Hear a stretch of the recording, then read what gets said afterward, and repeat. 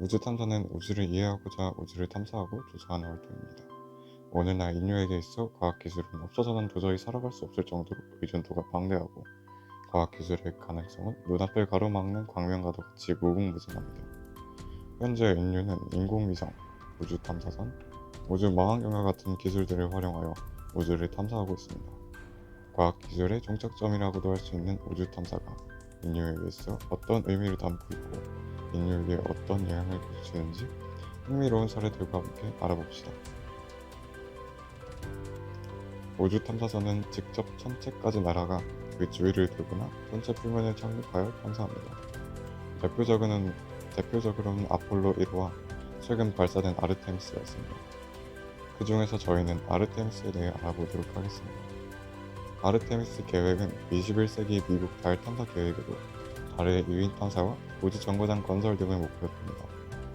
유사한 계획이었던 컨스텔레이션 계획이 취소된 후 트럼프 행정부에서 자칫 달 탐사 계획입니다. 2025년까지 달에 다시 유인 착륙하는 것을 목표로 하고 있으며 나사뿐만 아니라 세계 각국 우주기구와 우주 관련 민간 기업들까지 연계된 거대 국제 프로젝트입니다.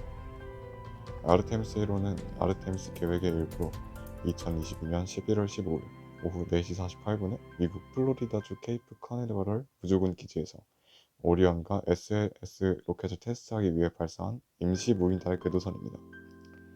흥미롭게도 아르테미스 1호에는 사람이 아닌 마네킹을 넣어보냈는데 그 이유는 아르테미스 1호가 인류의 50년 만의 달 탐사이기 때문에 실제 비행에서 인체가 받을 수 있는 피해와 충격을 정확하게 분석해서 최대한 달의 안전한 비행 요건을 만들기 위한 것입니다.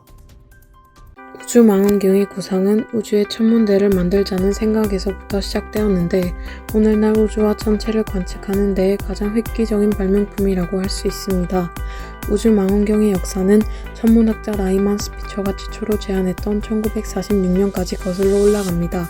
스피처는 관측 장비를 지구 대기권 바깥에 존치하여 지구 대기 요동에 의한 제일 저하를 피할 수 있고 지구 대기로 인한 관측 파장의 제한을 받지 않는 망원경을 건설하자고 제안하였습니다. 마침내 1990년 4월 24일 우주 왕복선 디스커버리호에 실려 우주 망원경이 하늘로 올려지게 되었습니다. 그리고 이 망원경이 바로 우주가 팽창되고 있다는 사실을 밝혀낸 미국 천문학자 허블의 이름을 따서 명명된 허블 우주 망원경입니다. 탐사 로봇이란 인간이 직접 가기 어려운 천체에 착륙시키는 로봇입니다. 대표적인 탐사 로봇들은 러시아의 최초로 외계 행성 표면을 이동한 달 탐사 우주 로봇 루노호트, 일본의 달 탐사 우주 로봇 마이크로5, 미국의 유인 탐사 로버 쌍둥이 탐사 로봇 스피릿과 오펄튜니리가 있습니다. 그럼 스피릿과 오펄튜니리에 대해 알아보겠습니다. 스피릿과 오펄튜니리는 2003년 6월과 7월에 발사된 화성을 누비며 활동하고 있는 쌍둥이 화성 탐사 로봇입니다. 두 로봇 덕분에 우리는 1억 6천만 킬로미터 떨어진 외계 행성을 탐사할 수 있습니다. 그리고 화성 탐사 로봇 오펄튜니리는 화성 폭풍이 발생한 후 미국 현지 시각으로 2월 13일에 임무가 종료되었습니다. 오펄튜니리는 태양 전지판을 통해 전력을 공급받는데 화성 폭풍이 발생한 후 태양 전지판 위에 쌓인 모래 때문에 전력을 공급받지 못하여 활동이 정지되었습니다. 우주 탐사를 위한 발명으로 인해 발달한 과학기술이 우리의 일상생활에도 쓰이고 있습니다.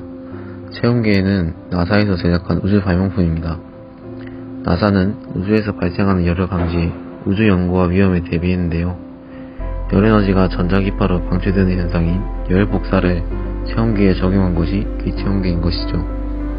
기체온계는 기존 체온계와는 달리 코 속이나 입안 등 점막의 체온계를 직접 접촉하지 않고도 체온을 측정할 수 있으므로 체온계를 통한 교차 감염의 위험이 없어 신생아나 거동이 불편한 환자를 대상으로 사용되던 것이 대중화되었습니다.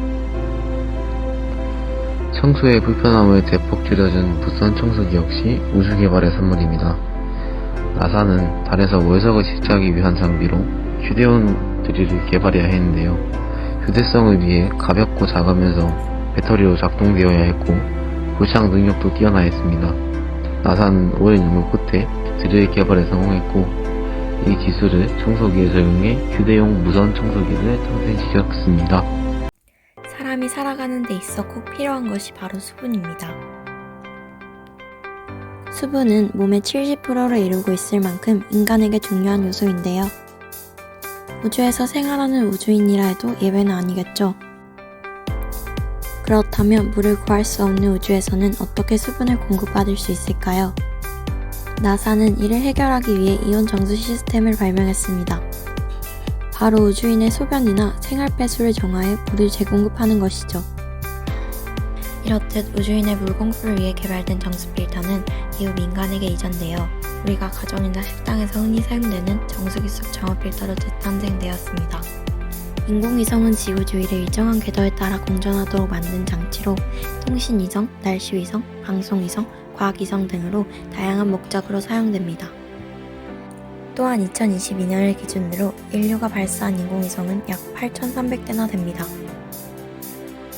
참고 사진을 보시면 지구 위에 있는 인공위성을 볼 수 있습니다. 주황색은 죽은 위성, 붉은색은 떠다니는 것은 로켓의 몸체, 녹색은 사용 중인 위성, 회색은 쓰레기 잔해입니다. 그리고 가끔 밤하늘을 보고 인공위성과 별을 헷갈리는 사람들이 있는데 우리가 육안으로 보았을 때 빛나는 것들은 대부분 별이나 구상통단, 외부은하입니다. 인공위성은 스스로 빛을 낼 수 없기 때문에 태양빛을 반사하여 우리 눈에 보이게 되는데 한밤중에는 태양빛이 우리 지구 바로 뒤에 있기 때문에 밝게 빛나기가 어려워서 보이지가 않습니다. 만약 여러분이 운이 좋다면 해가 뜨거나 질 때쯤에 태양빛을 반사하여 이동하는 인공위성을 볼 수도 있습니다.